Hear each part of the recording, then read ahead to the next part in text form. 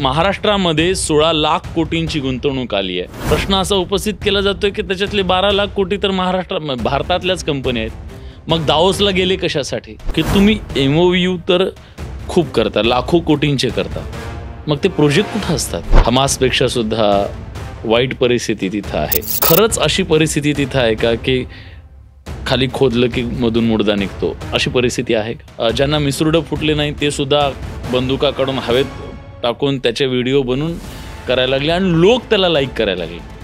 आत्ताच्या परिस्थितीमध्ये तुम्ही बीडमध्ये इन्व्हेस्टमेंट कराल का? बीड परळीत हे जे आहे की मला उद्योजक बनायचं आहे. शिक्षण तुम्ही COP मध्ये घेतलं, पण उद्योजक बनायचं आहे. हे बाळकडू तुम्हाला कुठून कसं मिळालं? आणि त्या रील्सवर असं लिहिलेलं असतं, बाप तो बाप रहेगा. त्यानं केलेलं कष्ट, त्याने बघितलेली स्वप्न ते जर आपण मारली नाही तर बाप तो बाप रहेगा. मंडळी नमस्कार, मी विलास बडे. न्यूज 18 लोकमतच्या या पॉडकास्टमध्ये आपल्या सगळ्यांचं स्वागत. आपल्याला कल्पना आहे की प्रयागराजमध्ये कुंभमेळा सुरू आहे, जगभर त्याची चर्चा सुरू आहे आणि अशाच प्रकारचा एक कुंभमेळा पार पडला तो दाओसमध्ये, ज्याची जगभरात चर्चा झाली. तो कुंभमेळा होता उद्योजकांचा आणि तिथं जगभरातले सगळे उद्योजक आले. पण या सगळ्या कुंभमेळ्यामध्ये महाराष्ट्राच्या मातीतला एक तरुण, जो सध्या महाराष्ट्रात गाजत असलेल्या बीड जिल्ह्यातल्या परळीमधून आला आणि हा एका अतिशय ग्रामीण भागातला तरुण सुद्धा दाओसमध्ये आपल्या कंपनीचा झेंडा फडकवताना दिसला. आज त्या दाओसमधल्या अनेक प्रश्नांच्या बद्दल आणि बीड जिल्ह्यातला हा तरुण दाओसपर्यंत कसा पोहोचला या सगळ्याबद्दल आपण जाणून घेणार आहोत. आपल्यासोबत आहेत उद्योजक भरत गीते. स्वागत आहे तुमचं न्यूज 18 लोकमतमध्ये. थँक्यू.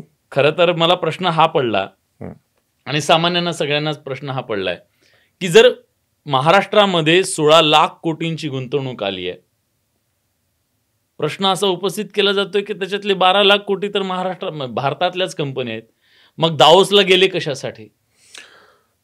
मी म्हणेल की यामध्ये पार्शियल काही तथ्य असेल की ह्या इंडियन कंपन्याच आहेत, पण आपण असं बघूया की एखादी इंडियन कंपनी जी 3 लाख कोटीचा स्टीलचा प्लांट टाकते, त्या 3 लाख कोटीमध्ये तुम्हाला असं वाटतं का की भारतामध्ये एवढी कॅपॅसिटी आहे की 3 लाख कोटीचा स्टील फॅक्टरीसाठी लागणारे सगळ्या मशिनरी भारत बनवू शकतं? तर नाही.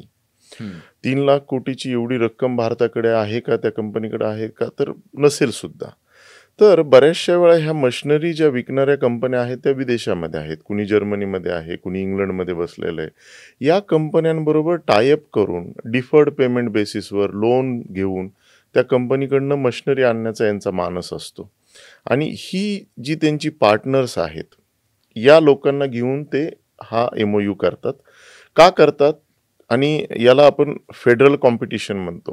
कॉम्पिटिटिव्हनेस आता फेडरल स्टेटमध्ये खूप आहे. त्यामुळे तुम्ही जसं म्हटलात की सर्व देश गेले होते, त्या देशातले राज्य पण गेले होते आणि ते एकमेकांना कॉम्पिट पण करत होते. आता जसं मी एका कार्यक्रमामध्ये भाग घेतला होता, तिथे राजा जे आहेत, मिस्टर राजा, तमिळनाडूचे इंडस्ट्री मिनिस्टर आहेत, आपले मुख्यमंत्री होते. तर ते राजा जे आहेत ते म्हटले की Maharashtra is always ahead of us, Mumbai takes everything from us. So there is competition between the federal state also. पण ह्या कॉम्पिटिशन मध्ये गुजरात कुठे होतं?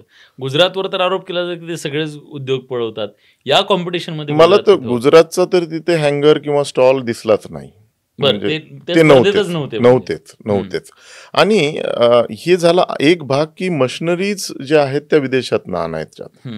दुसरा झाला तो म्हणजे माझ्यासारखी कंपनी, जिथे जॉईंट व्हेंचर पार्टनरशिप आहे आणि जो काही पैसा आहे तो पूर्णपणे बाहेर देशातनं लोन म्हणून आम्ही घेतो.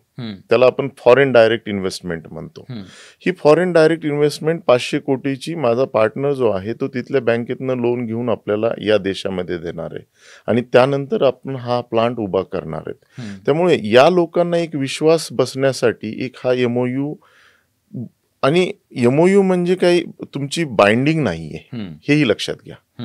MOU is just understanding between the उद्योजक आणि गव्हर्नमेंट. त्यामध्ये त्यांना जर असं वाटलं की तमिळनाडूमध्ये मला बेटर स्कीम आहेत, मला इन्सेंटिव्ज आहेत, तिथं इलेक्ट्रिसिटी रेट चांगला आहे, मनुष्यबळ चांगला आहे, आणि त्यांचं कौशल्य चांगलं आहे तर ती लोक तिकडेही जाऊ शकतात. बरं. पण भारताकडे आणण्याचा आपला हा जो ओघ आहे तो चांगला आहे आणि त्यामुळे मला असं वाटतं की याच्यामध्ये पूर्णपणे आपण जे बोलतोय बऱ्याचशा वेळा मीडियामध्ये पण मी ऐकतो त्याबद्दल मुख्यमंत्री माननीय देवेंद्रजी पण बोलले की हे बघा आपण भारतामध्ये सुद्धा दिल्ली किंवा मुंबई BKC ग्राउंडला आपण मेक इन इंडियाचा एक पूर्णपणे सप्ताह करतोच ना, एक इन्व्हेस्ट समिट करतो आणि त्यामध्ये 4 दिवस जगभरातली लोक येतात. तर ती जगभरातली लोक मुंबईला येण्यासाठी त्यापेक्षा सेंट्रली प्लेस जे आहे ते डावोस आहे, त्यामुळे आपण हे डावोसला सिलेक्ट केलं. पण मग अनेकांचा प्रश्न असा असतो की तुम्ही MOU तर खूप करता, लाखो कोटींचे करता, मग ते प्रोजेक्ट कुठं असतात? हे पण तितकंच खरं आहे. आजपर्यंतचं जे MOU झाले भारतामध्ये त्याचा ॲव्हरेज जवळपास 35% ट्रान्सफॉर्मेशन होतं त्याचं. 35% तसं बघायला गेलं तर खूप कमी आहे. पण भारतामध्ये काठावर पास, काठावर 35% वाला आपल्याकडे काय म्हणतात, So, ढकल पास पण म्हणायला हरकत नाही. महाराष्ट्रामध्ये मात्र तो आकडा 60-65 पर्यंत आहे. आणि महाराष्ट्रामध्ये तुम्ही पाहिलं तर पूर्ण भारतामधला जो FDIचा इन्फ्लो आहे तर Maharashtra is number 1 in last continuously few years आणि आपण तो आकडा नेहमीच नंबर 1 ला येतो. आपण जरा हुशार विद्यार्थी आहोत, बाकीचे सगळे तर काठावर. आणि ते नक्कीच 60% दरवेळी होतील असं नाही, आपण पण 40 पर्यंत जाऊ शकतो जर आपण त्यांना वेळीच व्यवस्थित टॅप केलं नाही आणि त्यांना जर व्यवस्थित सुविधा दिल्या नाहीत, वेळेत तुम्ही लँड अलॉटमेंट केली नाही तर ही लोकांचा जो आपला जो म्हणजे काठावर पास होण्याचा नंबर पण महाराष्ट्राचा सुद्धा लागू शकतो. की आपल्याकडे 16 लाख कोटींची गुंतवणूक आली, त्याच्यापैकी 12 लाख कोटी हे भारतातल्याच कंपन्या. मग अशा वेळी परदेशी गुंतवणूक आपल्या इथं वाढावी याच्यासाठी आपण प्रयत्न करतोय प्रामुख्याने, त्याचा उद्देश तो आहे तिथल्या त्या कुंभमेळ्याचा मी सुरुवातीला म्हणालो तसं. तर मग परदेशी कंपन्या आपल्याकडे यायला इतक्या उत्सुक नाहीयेत का आपण त्यांना आकर्षित करण्यात कमी पडतोय? उत्सुक नाहीयेत असं म्हणता येणार नाही, कारण कोविडच्या सिच्युएशन नंतर, रशिया युक्रेन वॉर नंतर भारत हे एक दुसरं स्थळ झालंय जगाच्या पाठीवर. चायना नंतर, चीन नंतर, जिथे लोकांना येण्यामध्ये इंटरेस्ट आहे, कारण चायना+1 ही पॉलिसी आलेली आहे. कोविडच्या काळामध्ये चायनामधला जो काही तांडव चालला, बरेचसे महिने जे काही ट्रान्सपोर्टेशन किंवा तुमचं शिपिंग आणि लॉजिस्टिक जे काही महागलं, तुमचं एक कंटेनर जे $2,000 होतं ते 11,000 पर्यंत गेलं. त्यामुळे अल्टरनेटिव्ह देश म्हणून भारताकडे बघितलं जातं आणि भारतामध्ये चायनासारखीच पॉप्युलेशन खूप मोठी आहे, यंगर पॉप्युलेशन आहे, त्यामुळे त्यांचं आकर्षण आपल्याकडे आहे. मे बी आपणही कुठेतरी कमी पडतोय. मला असं वाटतं की या गव्हर्नमेंटमध्ये यांनी 5 वर्षामध्ये एक चांगला प्लॅन करून नक्कीच हे आकर्षण वाढवलं पाहिजे. त्याची ही सुरुवात त्यांनी केलेली आहे डावोसमध्ये. पुढचे अनेक 3-4 वर्ष जाऊन आणखी 12 लाख तुम्ही म्हणताय भारतातलेच आहेत, तर ते 12 लाख विदेशातले असावेत हा मानस असावा. नक्कीच. मग एक चर्चा अशी सुरू होते की दाओस म्हणजे काही केवळ फक्त पर्यटन आहे, विरोधक आरोप करतात. म्हणजे जे स्वतः दाओसला गेले होते ते सुद्धा आता तो आरोप करतात. या तथ्य आहे का? मला असं वाटतं की डावोसमध्ये तुम्ही कधी येऊन बघा. डावोसमध्ये जानेवारीमध्ये जाणं म्हणजे किलिंग युअर सेल्फ आहे. म्हणजे -7°C टेम्परेचर, त्यानंतर बाहेर सगळे आयसी कोल्ड रस्ते, बरेचसे लोकांचे पायाचे फ्रॅक्चर वगैरे तिथे होतात, स्पेशली भारतीय लोकांचे, कारण त्यांना ते लक्षात येत नाही की स्नोचे बूट वगैरे आपल्याला घालायचे, कारण 1-2 दिवसासाठी जातात. अशा थंड वातावरणामध्ये मला नाही वाटत पर्यटन होत असेल. आपण काही असे कुठले काश्मीरी लोक नाही आहेत की ज्यांना स्कीइंग वगैरे येते. स्कीइंगचं पर्यटन जानेवारीमध्ये होऊ शकतं, पण आपल्यासारख्यांचं नाही. बरं, ठीक आहे. तुमची कंपनी काय आहे? तुम्ही महाराष्ट्र सरकारसोबत काय करार केला? तुमचं विदेशी कंपनीसोबतचं काय टायअप आहे? तौराल इंडिया ही माझ्या कंपनीचं नाव आहे. ही कंपनी मी 2014 मध्ये फाउंड केली, जर्मनीवरनं वापस येऊन. मी 10 वर्ष जर्मनीत राहिलो आणि जर्मनीमध्ये जेव्हा गेलो होतो तेव्हा सरस्वती विद्यालय परळी वैद्यनाथ तिथे माझा सत्कार झाला होता. त्यावेळी मी सांगितलं होतं की जर्मनीला जाईल, औद्योगिकरण शिकेल, नवीन टेक्नॉलॉजी शिकेल आणि ती टेक्नॉलॉजी आपल्या भारतामध्ये भारताच्या औद्योगिकरणासाठी कामाला आणेल. तो विचार सोबत घेऊन मी 8-10 वर्ष जर्मनीमध्ये राहिलो, पण कुठेतरी वापस येऊन काहीतरी करण्याची एक खुमक होती आणि ती करण्यासाठी मी तवराल इंडिया नावाची कंपनी स्थापन केली. पण मला 1-2 वर्षामध्ये लक्षात आलं, की या कंपनीमध्ये इन्व्हेस्टमेंट आणखी आपल्याला लागेल. त्याशिवाय आपण पुढे जाऊ शकणार नाही. बर प्रॉडक्ट तर आपण बनवू शकतोय, कारण आपण टेक्नॉलॉजी जर्मनीची शिकली, त्यामुळे जर्मन क्वालिटीचे प्रॉडक्ट बनवायला लागलो. बरोबर. पण एक इन्व्हेस्टमेंट हा भाग जो आहे ना, तो आपण ग्रामीण भागातनं आल्यामुळे, वडील शेतकरी, म्हणजे तसं बघायला गेलं तर मागे वळून पाहिलं तर सगळं कोरडवाहू जमीनच. मग मी राईट पार्टनर शोधायला सुरुवात केली आणि 2015 मध्ये तत्कालीन मुख्यमंत्री आत्ताचेच जे माननीय देवेंद्रजी आहेत त्यांच्याबरोबर हॅनोव्हर मेसेमध्ये मला जाण्याचा योग आला 2015 एप्रिलमध्ये. आणि त्याच वेळी माननीय पंतप्रधान नरेंद्र मोदीजींनी पहिला मेक इन इंडियाचा इव्हेंट बर्लिनमध्ये घेतला होता. त्यावेळी तिथल्या चान्सलर, जर्मनीच्या चान्सलर अँजेला मेर्केल होत्या. त्यामध्ये मला बऱ्याचशा उद्योजकांना भेटता आलं, काही नेटवर्किंग चांगलं झालं आणि ह्यालाच म्हणतात डावोस, ते जर्मनीचं डावोस. तर अशा ठिकाणी गेलं पाहिजे आणि मी ह्यांची मेहनत पण पाहतो. मी जेव्हा राज्यकर्ते पाहतो तेव्हा ते मेहनत करून तिथे काम पण करतायत. असं नाहीये की टुरिझमसाठी आपण जातोय आणि फिरतोय वगैरे.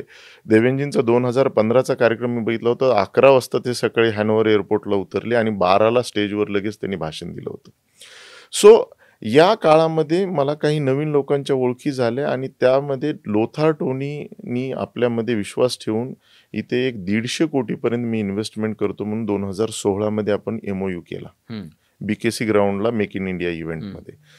आज मला सांगायला आनंद होतो की या 150 कोटीचे 350 कोटी मी आणले आणि 200 रोजगार उपलब्ध करून देतो म्हटलं होतं. त्या जागी आपण 850 लोक आज आपल्याकडे काम करतात. काय करते तुमची कंपनी? आमची कंपनी ॲल्युमिनियम कास्टिंग बनवते. फार जटिल आणि अवजड आणि कॉम्प्लेक्स कास्टिंग बनवते. ही कास्टिंग डाय कास्टिंग नाहीये, ॲल्युमिनियम सँड कास्टिंग आहे, जिथे 100 किलो ते 1000 किलो पर्यंतचे पार्ट बनतात आणि खूप कठीण पार्ट असतात ते, जे डायमध्ये होऊ शकत नाही. याच्या आधी भारतात ते बनायचं? याआधी भारतामध्ये ते बिलकुल बनत नव्हते. आपली पहिली कंपनी आहे जी की एनर्जी, डिफेन्स, एरोस्पेस, मरीन अशा अनेक क्षेत्रामध्ये भारताला आत्मनिर्भर करण्यासाठी ती मदत करते. बर, पण एका परळीच्या मुलाला जर्मनीत जावं असं का वाटलं पहिली गोष्ट? आणि त्याचा जर्मनीपर्यंत जाण्याचा प्रवास हा इतका सोपा नक्कीच नसेल. जिद्द आणि चिकाटी ही पहिल्यापासून आहे आणि त्या भागामध्ये सर्वांमध्येच आहे मी म्हणेल. ती जिद्द आणि चिकाटी जर चांगली व्यवस्थित चॅनलाइज केली तर नक्कीच ही लोक खूप चांगलं काम करतील. कित्येक IAS ऑफिसर आहेत, डॉक्टर्स आहेत, इंजिनियर्स आहेत, शासकीय क्षेत्रामध्ये, शासकीय नोकऱ्यांमध्ये बरेचशी लोक पुढे आहेत. माझ्यामध्ये पहिल्यापासून एक जिद्द होती की काहीतरी आपल्याला आपला जन्म ग्रामीण भागात शेतकरी कुटुंबात झालेला आहे आणि वडिलांची जिद्द मी पाहिली होती. वडील शेतकरी असून सुद्धा कुठेतरी शिंपी काम करणं, त्यानंतर छोटंसं हॉटेल काढणं, चहा आणि नाश्ता परळीमध्ये जाऊन विकणं, या गोष्टी करत करत आमचं गाव खवा आणि दूध प्रोडक्टसाठी सुद्धा, तुम्ही पण लातूरच्या आहात, तर लातूरमध्ये सुद्धा विकला जातो खवा आणि हे. तर हे सगळ्या गोष्टी करत करत त्यांना ना काही चांगली इंजिनियर लोक भेटली. ती म्हटली केशवराव तुम्ही, उद्यमशीलता त्यांच्यामध्ये होती, वडिलांकडनं आली. आणि मी जर्मनीला जायचं आहे असं ठरवलंच नव्हतं. तुम्हाला माहिती आहे की आपल्या सर्वांना अमेरिकेचं वेड आहे, भारतीय लोकांना, किंवा इंग्लंडचं वेड आहे इंग्लिश स्पीकिंगमुळे. पण माझं COEP मध्ये ऍडमिशन घेतलं मी आणि मेटलर्जी ही ब्रँच घेतली, जेव्हा की मेटलर्जीचं मला काही माहिती नव्हतं. पण का घेतली? COEP मुळे घेतली, कारण तिथं GRE करून मला अमेरिकेला जाता येईल. पण पहिल्याच वर्षी कळालं की मेटलर्जी ही अशी चांगली ब्रँच आहे की तुम्हाला जर्मनीमध्ये चांगला स्कोप आहे. म्हणून माझा जी वाट आहे ती जर्मनीकडे सुरू झाली आणि तिसऱ्या वर्षीपासून मी जर्मन शिकायला सुरुवात केलं इंजिनिअरिंगमध्ये. तुम्ही आत्ता बोलताना असं म्हणालात की परळी, बीड इथं अनेक IAS IPS आहेत, अनेक चांगले अधिकारी आहेत. असं गेल्या काही दिवसातलं परसेप्शन तर असं आहे की तिथं फक्त टोळ्याच आहेत. तुमच्या तिथले एक लोकप्रतिनिधी तर असं म्हणतात की हमासपेक्षा सुद्धा वाईट परिस्थिती तिथं आहे. खरंच अशी परिस्थिती तिथं आहे का की खाली खोदलं की मधून मुडदा निघतो, अशी परिस्थिती आहे का? आता हे बघा कसं आहे की परळीमध्ये मी नेहमी जातो किंवा बीड जिल्ह्यात जातो, मूळ गाव आहे म्हणून. पण माझं आता जवळपास 20-22 वर्ष झालं मी परळीपासून बाहेर आहे. जर्मनीत 10 वर्ष राहिलो, 10 वर्ष पुण्यात राहिलो. पण साहजिकच आहे, आपलं मूळ गाव आहे म्हटल्यानंतर प्रत्येकाला अभिमानही असतो, अटॅचमेंट पण असते. पण मी नेहमी म्हणतो, अभिमान आणि गर्व हे दोन्ही पण करू नका. महत्वाचं म्हणजे प्रेम करा. आपलं गाव आहे, आपलं धरती आहे, जिथे आपला जन्म झाला. मला असं वाटत नाही की अशी काही एवढी वाईट परिस्थिती आहे. ही परिस्थिती जी आहे ना, ही कृत्रिमरित्या बनवली गेलेली दिसते. कारण जो समाजांमध्ये वाद केला, वंजारी मराठा असा समाजामध्ये वाद तयार करण्यात आला, असं काहीच नाही. आमचे कित्येक दोस्त आणि कित्येक मित्र लहानपणापासून मराठा समाजाचे आहेत. माझा वाढ तर फार जास्त मारवाडी, ब्राह्मण, मराठा हे वेगवेगळ्या समाजातल्या मित्रांमध्ये झाला परळीमध्ये. आता मात्र इथून पुढच्या पिढ्यांना हे नेहमीच लक्षात राहील की इथे वाद कुठेतरी ह्या इसवी सन मध्ये झाला होता आणि दरी पडली, आणि ती दरी भरायला नक्कीच वर्षानुवर्ष लागते. पण एक मुद्दा मला तुम्हाला मुद्दाम विचारायचा आहे, कारण जेव्हा बीडच्या बद्दल, परळीच्या बद्दल इतकं सगळं बोललं जात आहे, तिथं जे गुन्हेगारीकरणाचं स्वरूप झालेलं आहे, याला सुद्धा अटकाव घालणं ही जबाबदारी आहे. ही वाढली हेही मान्य करावं लागेल. वाढली म्हणजे नक्कीच मी मान्य करेन. त्याचं कारण काय वाटतं तुम्हाला? की या भागामध्ये कसं आहे ना, की लोक जसं आपण म्हणतो ना, एकदम मोठ्या आवाजाने बोलणं, माझंच ऐका असं हे करणं, हा पण भाग आहे, नाही असं नाही. ॲग्रेशन आहे, आणि ते ॲग्रेशन वाढत वाढत पोलीस, लॉ अँड ऑर्डर हिची पण भीती कमी व्हायला लागली नक्कीच, आणि त्याला कुठेतरी आळ बसला पाहिजे. त्यामुळे जरी आता जो काही वाद चाललाय, काही लोक त्याच्या विरोधात काम करत, काही लोक म्हणतात आणखी पण चांगलंच आहे. मला असं वाटतं की कुठल्याही घटना जे घडतात त्याच्यामधनं काहीतरी चांगलं घडायचं असतं, आणि लोकांना पण एक थोडासा जबर बसेल की अरे काही चुकीच्या गोष्टी केल्या तर नक्कीच काहीतरी आपल्याला त्याचा परिणाम भोगावा लागेल, आणि पूर्ण बीड जिल्हा त्याचा परिणाम आज भोगतोय. कायद्याचा धाक जो आहे तो बसला पाहिजे. आणि सगळ्यात महत्वाचं म्हणजे आज गावखेड्यामध्ये, म्हणजे तुमचं नंदागौड गाव आहे आणि समजा आमचं लातूर आहे, तर ह्या सगळ्या परिसरामध्ये आता एक दिसतंय की आजच्या तरुण पिढीमध्ये की त्यांना खूप इन्स्टंट हवं आहे सगळं काही. मग इन्स्टंट मनी हवा आहे, इन्स्टंट प्रसिद्धी हवी आहे, इन्स्टंट त्यांना यश हवं आहे.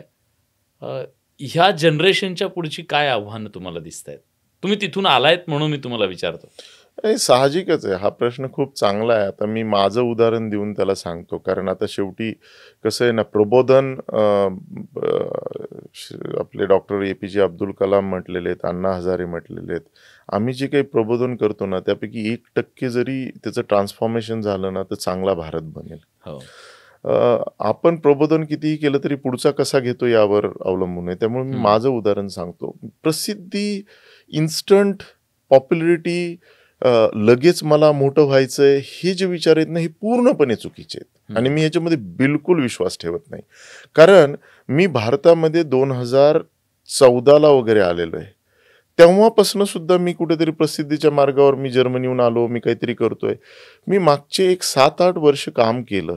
आज पहिल्यांदा माध्यमांच्या द्वारे, कारण डावोसला आपला MOU साईन झाला, याच्यापूर्वी झाला होता 2016ला BKC ग्राउंडमध्ये. तिथे तुम्ही लोक कारण त्याबद्दल बोलत नाहीत, त्यामुळे डावोसला लोक जातात. तर हे लक्षात घ्या की 7-8 वर्ष मी कधीच कुठे विचार केला नाही, कारण मला असं वाटत होतं की आपण काहीच नाही येत आता, आपण आणखी भरपूर अचीव्ह करायचंय. आपली फॅक्टरी बनली पाहिजे, तिथे 700-800 लोक काम केलं पाहिजे, तिथे तुम्ही नेशन बिल्डिंगसाठी डिफेन्स सारख्या आणि एरोस्पेस सारख्या क्षेत्रामध्ये काम करता आलं पाहिजे. नंतर तुम्ही सांगा की तुम्ही काहीतरी अचीव्ह केलंय.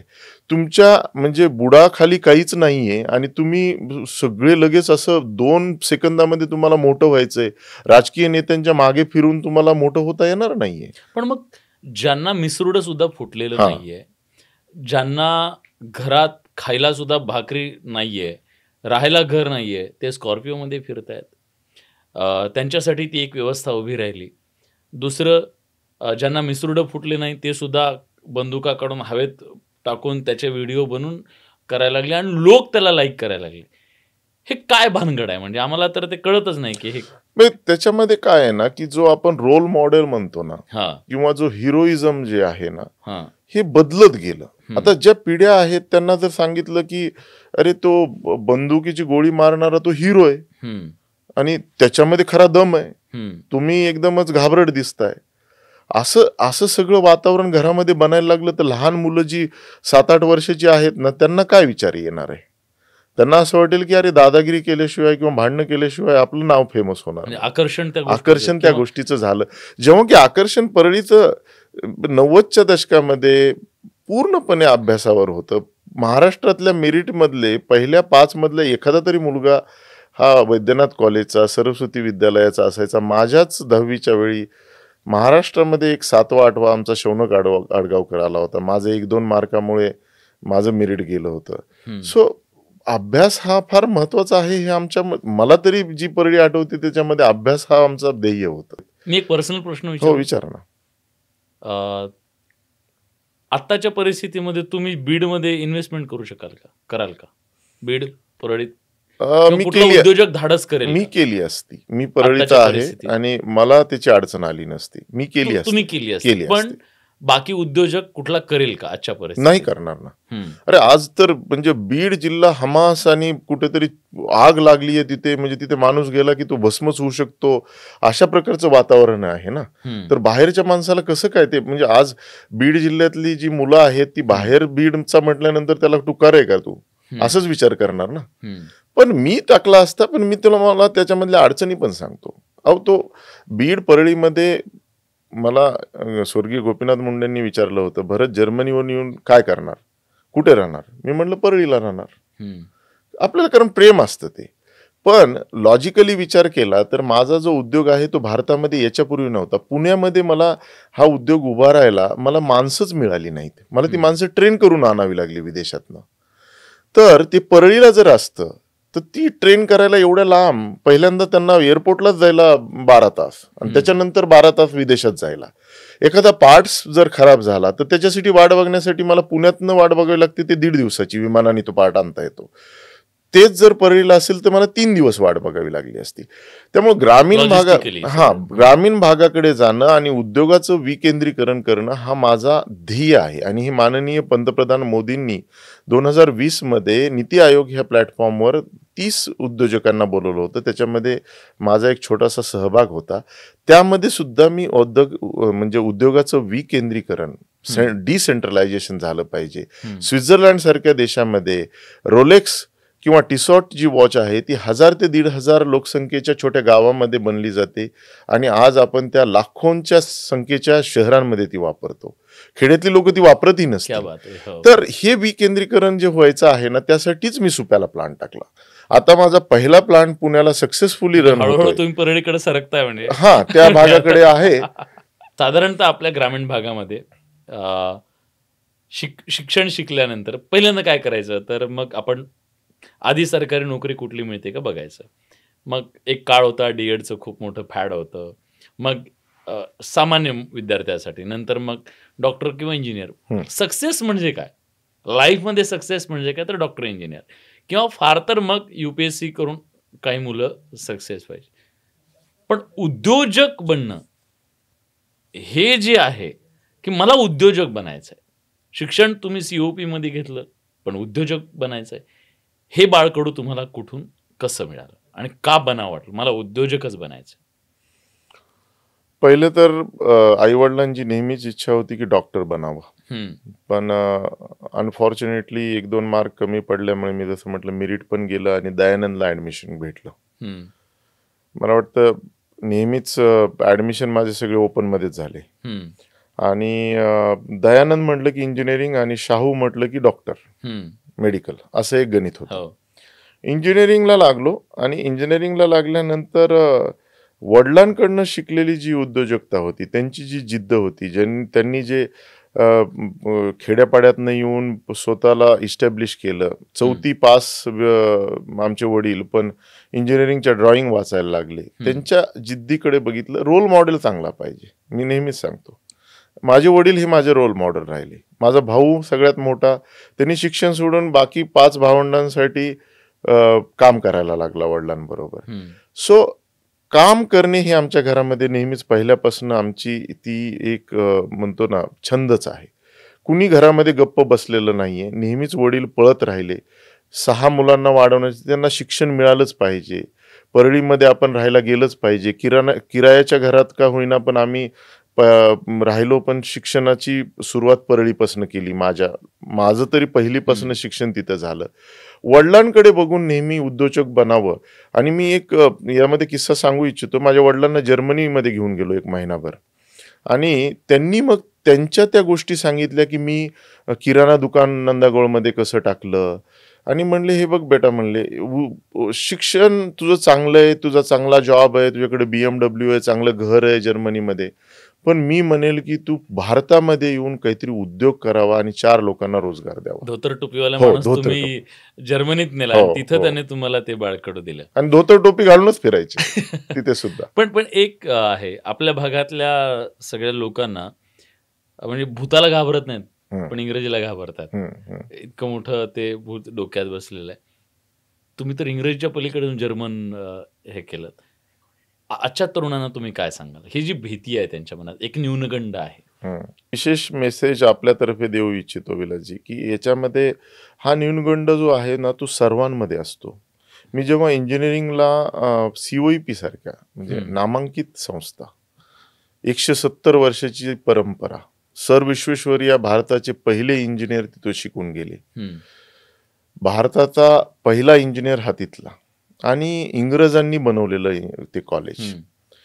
अशा कॉलेजमध्ये जेव्हा माझं ॲडमिशन झालं, तर मला असं वाटलं की आपलं काही होऊ शकेल का? किती इंग्रजीचे शब्द ऐकायला येत आहेत, फ्लुएंट पूर्णपणे वाक्यरचना होते, आपल्याला ते एक शब्द फुटेना.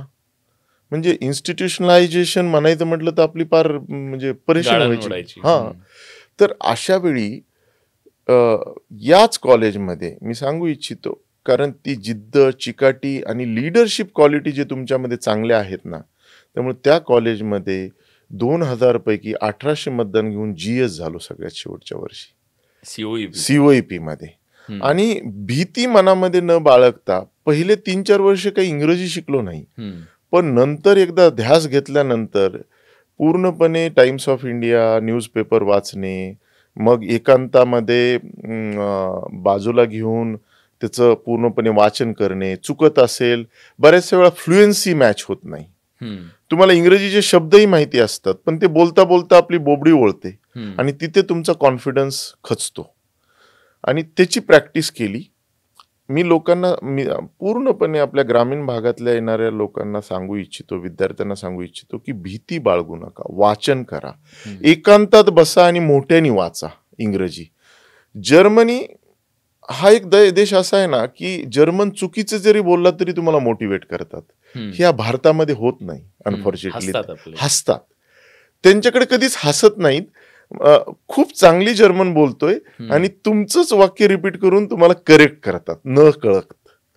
मग आता हुशाराला काय आहे ते कळालं पाहिजे, की आपलं करेक्ट झालंय, आपलं वाक्यरचना बदलली पाहिजे.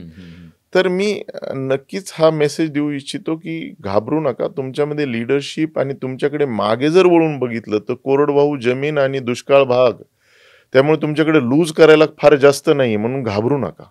बिनधास्त बोला, जेवढं येतंय तेवढं बोला आणि त्याचा सराव करा. नक्कीच. आणि मोटिवेशन आहे, आपल्या आजूबाजूला आहे, फक्त ते आपण निवडायचं कुणाला, हा खरा प्रश्न आहे. हल्ली काही रील्स आपल्याकडे व्हायरल होतात आणि त्या रील्सवर असं लिहिलेलं असतं, बाप तो बाप रहेगा. मला नेहमी असं वाटतं की बाप तो बाप नक्की राहील.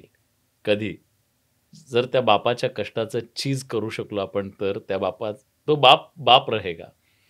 त्यानं केलेलं कष्ट, त्याने बघितलेली स्वप्न, ते जर आपण मारली नाही तर बाप तो बाप रहेगा. हा मेसेज मला वाटतं आजच्या पिढीला देणं गरजेचं आहे. नक्की. आणि तुमच्यासारखे आयडल आज आहेत आणि काय निवडायचं हा लोकांच्या समोरचा प्रश्न आहे. खूप खूप शुभेच्छा तुमच्या पुढच्या कामासाठी आणि आशा करूया की तुमच्या या माध्यमातून, तुमच्या कंपनीच्या माध्यमातून ग्रामीण भागातल्या शेकडो लोकांना, हजारो लोकांना रोजगार उपलब्ध व्हावा, परदेशातले पैसे इथं येऊन आपला देश उभा राहावा आणि तुमच्या त्या सगळ्या मी कामाला मी सुरुवात? नक्की सांगू इच्छितो हां. की माझ्याकडे जवळपास 70% जी सगळी लोक आहेत, माझे सहकारी आहेत, ते ग्रामीण भागातलेच आहेत. ग्रामीण भागांमधल्या मुलांमध्ये, मुलींमध्ये खूप पोटेन्शियल आहे. ते अनटॅप्ड पोटेन्शियल तुम्ही योग्य पद्धतीने जर त्याला ऊब दिली, तर ती भरारी फार मोठी होईल. नक्कीच. त्यामुळे पोटेन्शियल तुमच्याकडे आहे. फक्त ते ओळखण्याची गरज आहे आणि ते आपण ओळखून पुढे जायचं आणि लढायचं. खूप खूप धन्यवाद तुम्ही न्यूज 18 धन्यवाद. लोकमतशी बोललात धन्यवाद. त्याबद्दल. आज पॉडकास्टमध्ये आपण इथेच थांबतोय. पण हा प्रवास थांबणार नाही. पुन्हा नव्या पाहुण्यासोबत नवा विषय, नवी चर्चा. तूर्तास धन्यवाद.